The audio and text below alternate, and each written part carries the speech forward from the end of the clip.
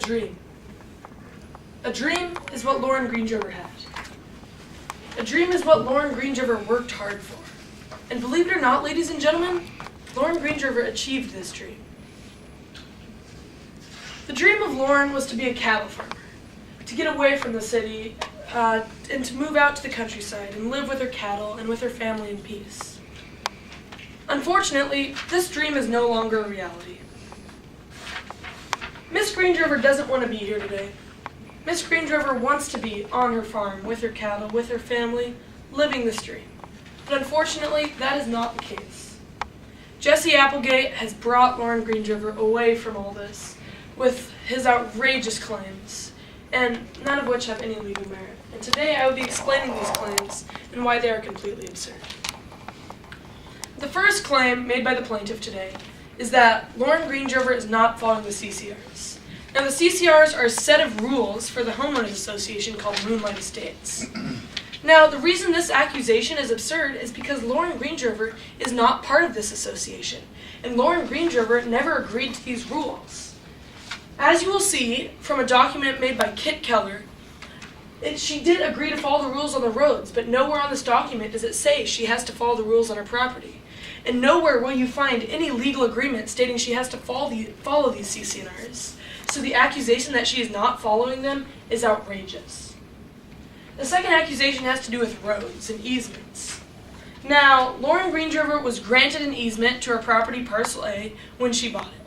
Along with this, she said that she would follow the rules of the roads.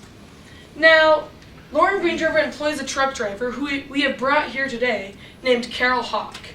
Carol Hawk drives her semi-truck through Moonlight Estates every day, and this puts a beating on the roads. But Carol Hawk lives in this HOA, and Carol Hawk's job is a semi-truck driver.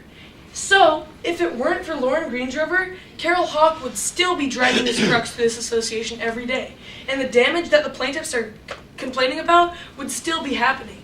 This damage is not the fault of Lauren Green-Drover. This damage is the fault of Carol Hawk, who is not the one on trial today. Lauren Green-Drover should not be taken away from her family and from her dream for something that is not her fault.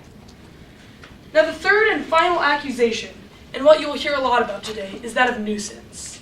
The plaintiffs are claiming that Lauren Green-Drover is putting a public and private nuisance on the Applegates and other properties around her. Now, let me tell you about something called the Right to Farm Act. The Right to Farm Act states that farmers have the right to make a nuisance, within limits, of course. This includes smell and noise, as farms always produce smell and noise. Now, the Right to Farm Act has a few conditions. One of them being the farm must have been started before the occupancy of the neighbor. And ladies and gentlemen, it was. Lauren Green-Drover started her cattle operation in 2007, but Jesse Applegate did not move into her property until 2014. That is 7 years where she saw the cattle farm growing, and she saw the smells and saw the noise, the nuisance that Lauren Green-Drover is entitled to. 7 years is a long time, ladies and gentlemen. That is half the time that I have been alive. And yet it was not enough for Jesse Applegate to see the conditions of this ranch. You will also hear a lot about flies today. Now, Jesse Applegate has swarms of flies on her property, and she will tell you how they're ruining her life, and she will also accuse that these flies are coming from the Green-Drovers, but they are not. As you heard, the plaintiff carries the burden of proof, meaning they have to prove that this nuisance exists, meaning also they have to prove that the flies are coming from the Green-Drovers, which they will not do. This is an assumption made by Jesse Applegate.